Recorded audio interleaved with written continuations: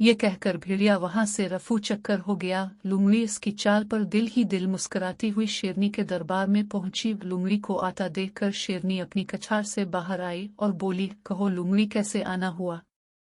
लुमड़ी अदब से बोली, ए जंगल की मलिका, जान की अमान पाऊं तो कुछ अर्ज करूं। शेरनी बोली, हाँ हाँ, क्या कहना चाहती हो, कहो।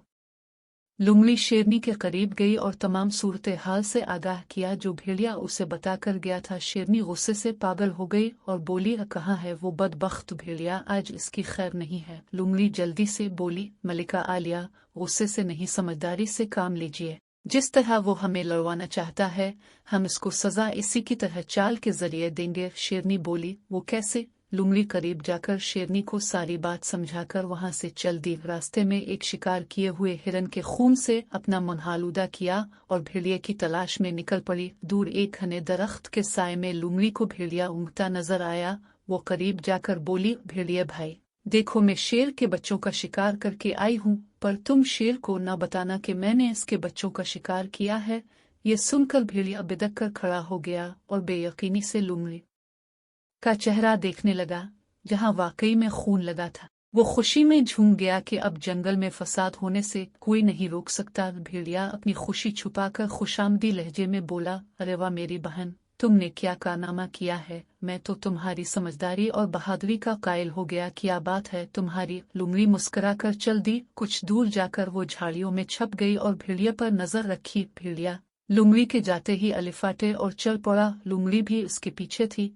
वो शेर के दरबार पहुंचा। लुमड़ी भी इसके पीछे जाकर खड़ी हो गई। भेड़िया बुलंद आवाज में कहने लगा, आलमपना के जंगल के बादशाह, के मलिका, ये क्या हो गया? क्या अब ऐसा वक्त भी देखना होगा कि जंगल के बादशाह के बच्चों को एक मामूली और कम अक्ल लुमड़ी अपना शिकार बनाएगी? क्या बादशाह की हुकूमत में ये सब होगा इसी के बच्चों के साथ?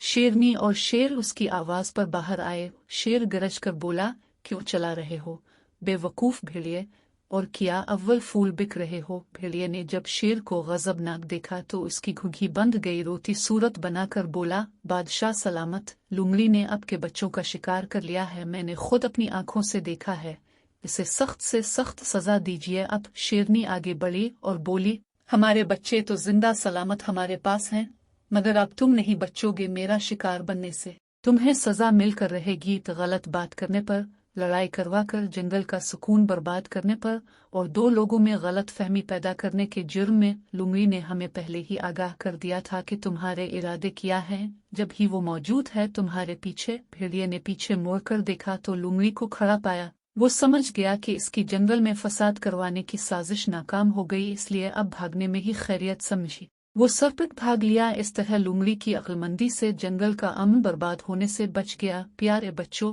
इस कहानी से हमें यह सबक मिलता है कि कभी भी किसी की बातों में आकर कोई कदम ना अलिफाटे जब तक कि अपनी आंखों से देख ना ले और कानों से सुन ना ले।